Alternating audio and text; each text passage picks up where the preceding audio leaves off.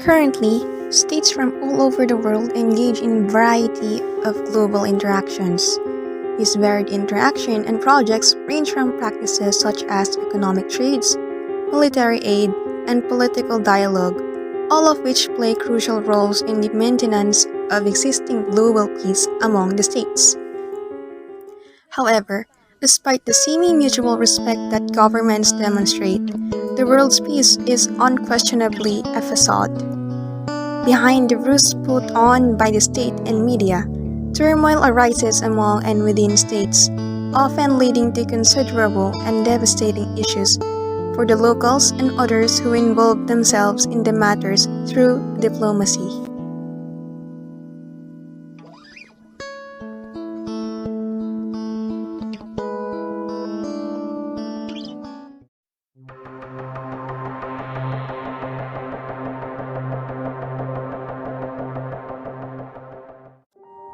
The Special Anti-Robbery Squad, SARS, a notoriously corrupt police agency known for routine arrests, detention, torture, and extrajudicial killings, was the object of demonstrators' wrath. The Lekki tollgate protest was one of many nationwide demonstrations against police violence at the time. At a tollgate in Lekki, a posh area of Lagos in southern Nigeria, the Nigerian army shot and killed at least 11 unarmed, non-violent demonstrators in 2020, injuring hundreds more. The Nigerian army fired live bullets into people at the Lekki tollgate. 4 additional persons have been reported missing and are presumed dead.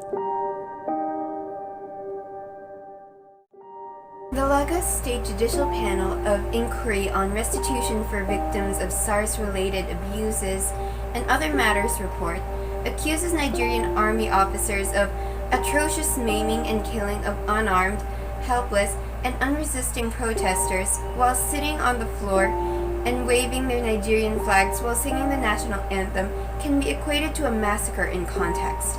The Nigerian army's actions was exacerbated by its refusal to allow ambulances to provide medical treatment to victims who requested such assistance.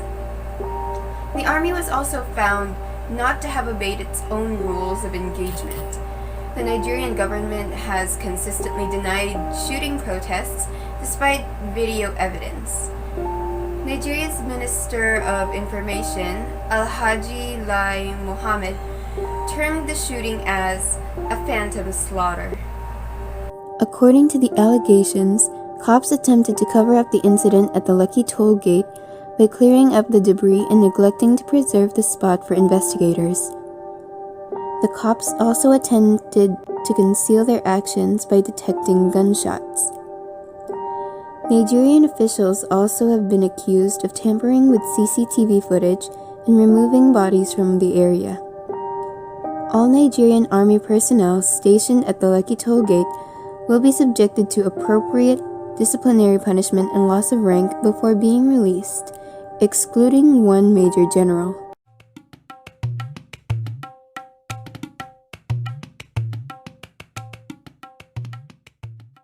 Nigeria's stability and political integrity are jeopardized by the country's ongoing battle with insurgency groups and government corruption. Since 2011, Boko Haram, one of Africa's most formidable Islamist militant groups, has carried out terrorist attacks against religious and political organizations, local police, and the military, as well as indiscriminately attacking individuals in crowded marketplaces and villages. Suicide bombs, kidnappings, and property destruction, particularly in schools, are all acts that are typical of terrorism. In recent years, it has increased attacks on soft targets or areas that are mostly unattended and has used more women and children as suicide bomber. The kidnapping of nearly 200 girls from their school in April 2014 brought international attention to Boko Haram's ongoing threat and the government's unwillingness to respond. 103 girls have been released after talks between Boko Haram and the Nigerian government were sponsored by the International Committee of the Red Cross. Thousands of people have died because of the Islamist insurgency in Nigeria's northeast, which has forced millions of people from their homes into IDP camps. A combined military force from Nigeria, Niger, and Cameroon stated on Sunday that it has killed more than 100 Islamist terrorists in the past 2 weeks, including 10 leaders, as it continues a ground and air operation in the Lekki area. For more than a decade, Boko Haram and its breakaway branch, the Islamic State West Africa Province, or ISWAP, have been fighting the Nigerian army in a conflict that has spread to neighboring states. After that, a regional operation led to the neutralization of roughly 40 militants, as well as the capture of numerous weapons, ammo, and explosives. Over 40 Boko Haram extremists were killed by the Niger army in Lekki overnight, according to the authorities. With its numerous islands or small islands, the Lekki area has become a significant haven for jihadists from Nigeria's Boko Haram and the dissident branch, the Islamic State in West Africa Province. According to ministry, an improvised explosive device blew up their track, injuring 7 servicemen. Nigeria has asked for military help from its neighbors, who are increasingly being targeted by Boko Haram. Since 2015, Cameroon, Chad, and Niger have sent hundreds of troops as part of a multinational force approved by the African Union. The alliance is credited with assisting the Nigerian military in retaking much of the territory captured by Boko Haram and the decreasing Boko Haram-related bloodshed to pre-group levels. Nigeria has also received security support from outside Africa. The U.S. labeled Boko Haram as a foreign terrorist organization in late 2013. However, because the concerns about Nigeria's counter-terrorism tactics and alleged human rights violations, the U.S. has withheld military aid at times. In 2014, the United Nations Security Council slapped economic sanctions and a weapons embargo on the insurgent organization. Because Boko Haram fighters' money, assets, and travels are difficult to trace, analysts argued the move was primarily symbolic. With national security in jeopardy because of these internal struggles, many people find their lives at constant risk, with some victims never being able to survive conflicts long enough to see the light of the day ever again. As growing conflicts and confrontations continue to arise between the government and terrorist groups, some find themselves without homes, food, or even the promise of another waking day as they continue to fear for their lives, wondering if they could be the next on the chopping block on this insidious war.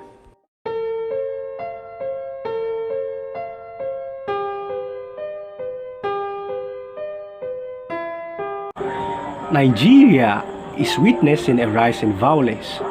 Every day, there are reports of kidnappings, robberies, murders, and random killings. More alarming is the fact that, despite massive military investment, the Nigerian government appears incapable of containing a threat that has presented a long-term threat to the country's security. The National Security Strategy 2019 protects, strengthens, and conserves Nigeria's territorial sovereignty, national interest, people's well-being, and the country's institutions. The quagmire in which Nigeria has found itself is unquantifiable. A country wealthy in people and natural resources, yet beset by severe hunger, pangs that are harming its citizens. Nigeria is yet a developing country trying to make its mark in the world.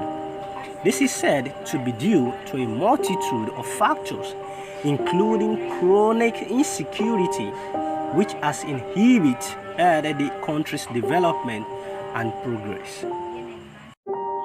Nigeria's security forces are short on both manpower and equipment. Security personnel are underpaid and poorly trained. The essential expertise is not available to address existing security threats.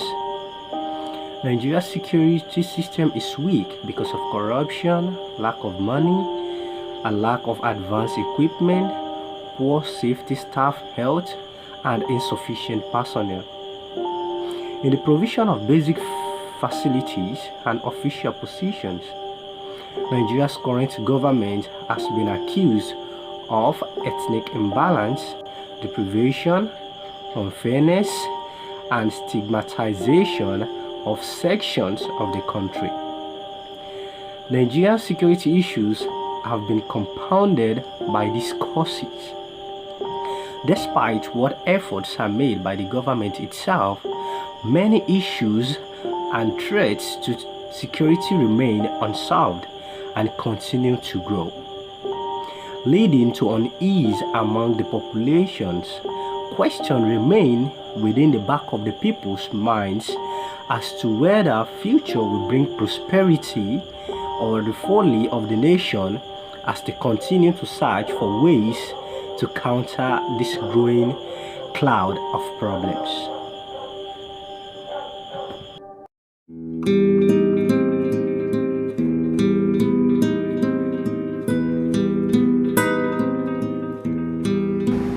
When it comes to human trafficking, Nigeria continues to be a source, transit, and destination country. Nigeria ranks 32 out of 167 countries with the most slaves of 1,386,000, and that is according to the most current Global Slavery Index of 2018 report, and its National Agency for the Prohibition of Trafficking in Persons claims that Nigeria has the highest number of trafficked juveniles. Females aged 12 to 17 are the most susceptible according to the State Department Trafficking in Persons report of 2021. According to NAPTIP, 75% of those trafficked in Nigeria are reported or transported between states, while only 23% are transported within states. Outside of Nigeria, the total number of victims of human trafficking is unknown. However, Nigeria is undeniably one of the countries with the biggest number of trafficking victims abroad, particularly in Europe, with victims identified in 34 countries across 4 regions in 2018. Human trafficking is a prevalent issue in the West African sub-region, with Nigeria serving as a major point of origin and destination for victims.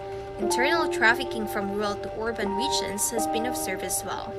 The problem of human trafficking in Nigeria has taken on an unfathomable aspect of last 2 decades due to factors such as massive unemployment, poverty, economic recessions, war, globalization, an already bad judicial system, inadequate legislation, and political will.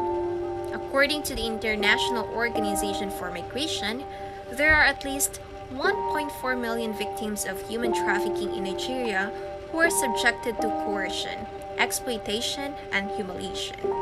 Authorities claim that those who speak out, such as Yetunde Abraham, are crucial in the development and implementation of anti-violence initiatives.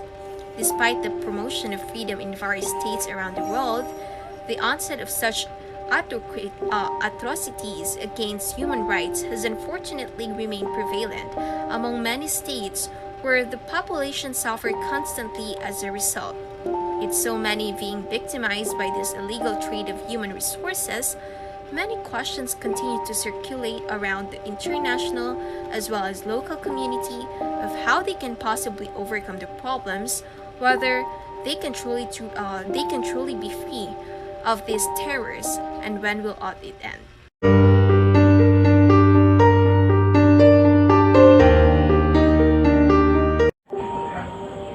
The Fulani are the world's largest nomadic, tribal, or ethnic group, and they are found throughout northern Africa, where they are an ethnic minority in every country. Thousands of people have been killed in Nigeria's Middle Belt by Fulani herdsmen. Most of them were killed in terror assaults on Christian farming sentiments. Why the Fulani are Muslim? Religion is simply one aspect of the recent attacks in Nigeria. The Fulani people numbered around 25 million individuals, the most of whom are Muslims.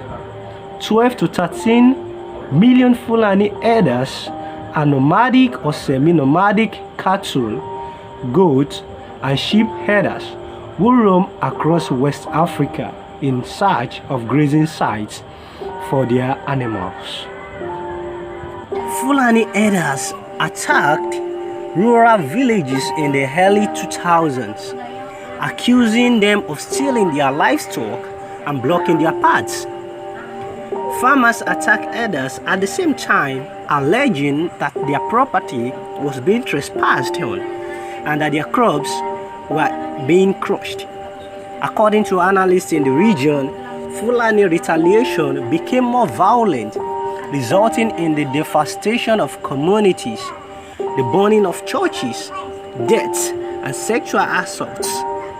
As tensions escalate, observers believe the Boko Haram and other Islamic extremist organizations have harmed young Fulani men, framed economic and political issues as religious battles, and pushed for further bloodsheds. Morning mass attack at a Catholic church in central Nigeria killed 2 priests and at least 17 parishioners 2 years ago, adding to the hundreds killed by herders in the region this year.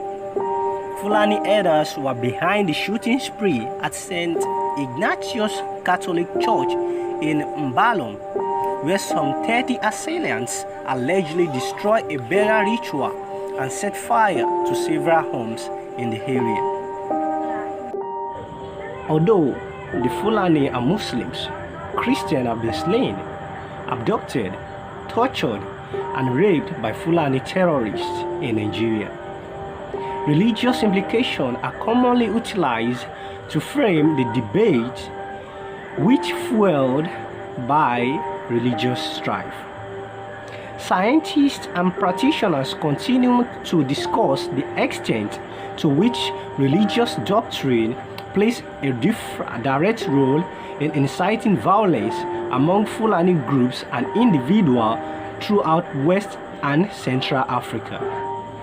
It serves as a terrifying reminder to many of the people within the areas that even the smallest differences can lead to some of the biggest conflicts, as culture clash among the settled people and the nomadic Fulani. The alleged origin of this violence may never truly be understood, but many continue to hope that it soon ceases and that turbulent relations between the two groups soon comes to an end, albeit unsure if it will. Citizens across the state. The president has ordered the swift rescue operation, which he says will be coordinated by the service chief. Kidnapping for ransom, a predatory crime perpetrated mostly by criminal groups. It's a major problem in many parts of the world. It has devastating consequences for victims and their families, as well as for private and social wealth. The motivations to commit the crime and how it ends vary depending on the likelihood and severity of punishment, the willingness of the kidnappers to kill the hostage, and the family's value of the hostage's life. While limiting the family's ability to pay reduces the frequency of the crime, it also increases the risks of unintended consequences in terms of abduction, mortality, and duration. Kidnapping is a multifaceted problem that can damage businesses and individuals all around the world. It's a cruel crime that affects not just the victim, but also the victim's family. Many victims and their families are still dealing with the psychological effects years after they've been released. The people most at risk of being kidnapped abroad are local employees and their families, expatriates, and business travelers. Furthermore, offenders frequently target adolescents for high net worth adults. According to research, the chances of survival are over 90%. While the negotiation option is always the safest, skilled negotiations are the driving force behind a successful release. For two reasons: if a ransom is paid, the total impact on the business may end up being far smaller than the sum spent. First, from the start, strong collaboration with law enforcement will increase the possibilities of apprehending the kidnappers and retrieving all or part of the money. Second, commercial insurance can be bought to cover a percentage of the real ransom payment. The biggest problem with kidnappings often comes in the form of, first and foremost, the lack of true guarantee of the safety of the victims and hostages, as the true motives are often difficult to determine, followed by the lasting effects of the kidnapping on the psyche of those who have been affected. These occurrences serve as plagues that prevent many people from resting easy, as there is the ever-present possibility of any one of the citizens being the next target of this cruel psychological trauma.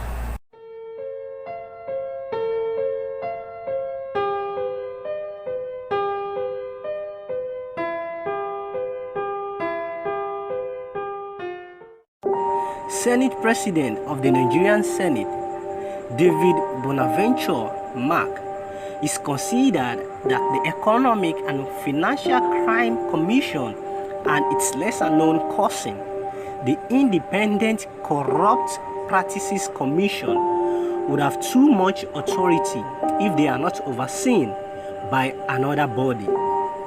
The EFCC is responsible for implementing laws against money laundering and other financial crimes, whereas the ICPC is responsible for combating corruption in government.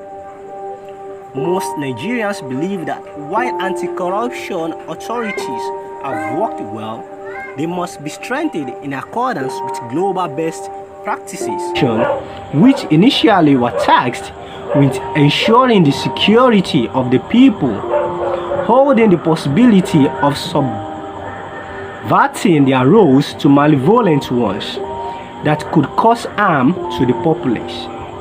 Many question the truth of their safety and security if the ones who they believed are more capable of harming them than their initially perceived perpetrators. Who can the people truly turn to be assured of their safety?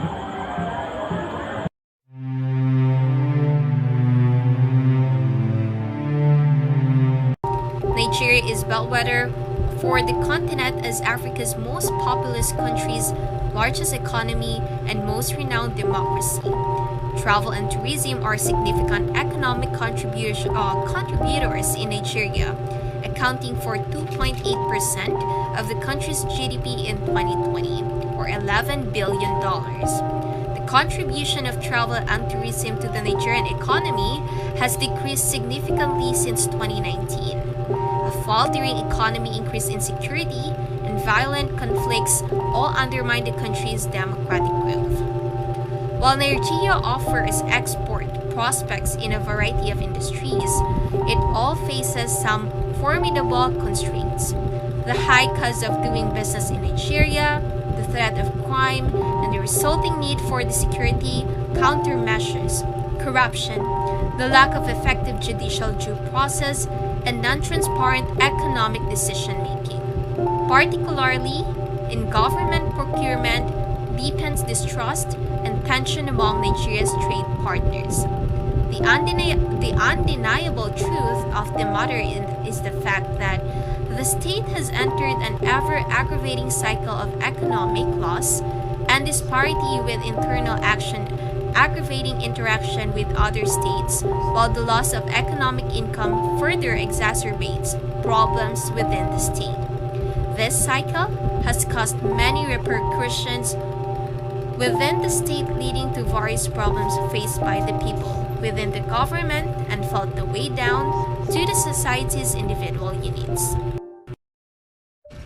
With the ever-growing strife within the boundaries of Nigeria and their effects on the nation's external affairs with other states, whether far or neighboring, many have begun to see the matters as resolvable through realist beliefs of the utilization of military power, as the people and government continue to try their hardest to combat the growing issues that plague them.